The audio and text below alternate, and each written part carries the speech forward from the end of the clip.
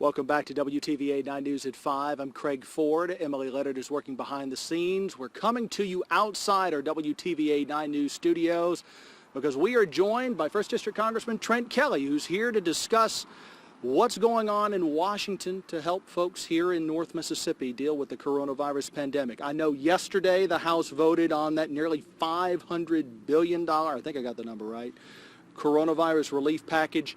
In a nutshell, what does that relief package do for people all across North Mississippi? Yeah, first of all, it's great to be here on WTVA and back at home. Second, got home late last night. What it does for most of Mississippi is our Paycheck Protection Program, that was so successful coming out, but it ran out of money.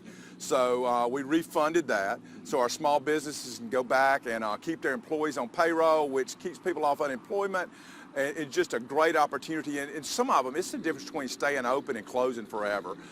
Second of all, in there was our rural hospitals, $75 billion for our rural hospitals, and that includes places like North Mississippi Medical Services, which is all that is such a huge thing. It also makes payments.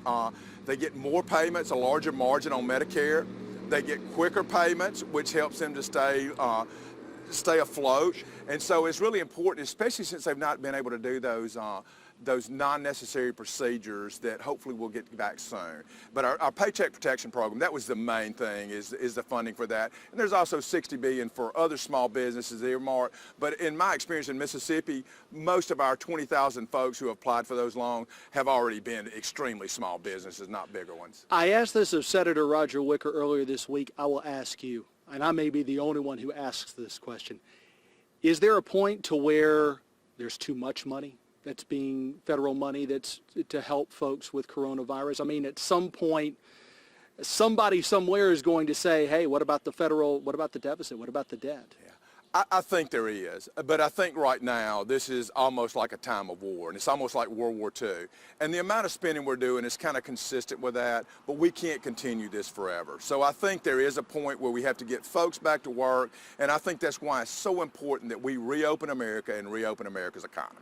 I know you announced a new program today, actually, that should help some unemployed Mississippians. If you would, what is it? How does it work?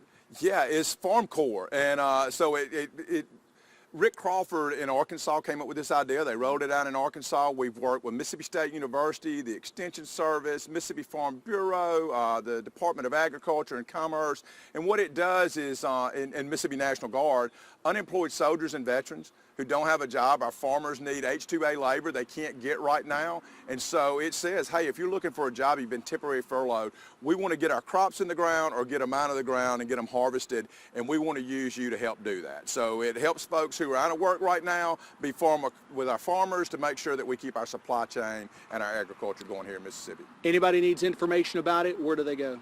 There's a website up that Mississippi State University set up, so you can type in Farm Corps, Mississippi State University, or Trent Kelly, and I'm sure it'll pop up. By the way, one other thing I need to ask you about. One of the congressional leaders floated the idea of states possibly filing for bankruptcy in order to deal with the losses. We didn't talk about this previously, but what's your initial take on that? Well, I think first of all, we have to look at what states were doing beforehand. States like Mississippi that are required by mandate to have a balanced budget every year, and if this causes us, then I think if we're going to do that at all, that we have to look at, we don't take any debt that happened prior to March 20th. So if New York has $11 billion in debt, or whatever the number is, but 6 of that was accrued prior to this coronavirus, we don't need to be paying for the $6 billion that happened. If we do it at all, it needs to be only for debts incurred after the coronavirus hit America. 1st District Congressman Trent Kelly, always good to see you. Thank you for joining us live on WTVA 9 News. Thanks, Craig. We've got more WTVA 9 News straight ahead, including the very latest concerning the WTVA Severe Weather Authority forecast. Stay with us.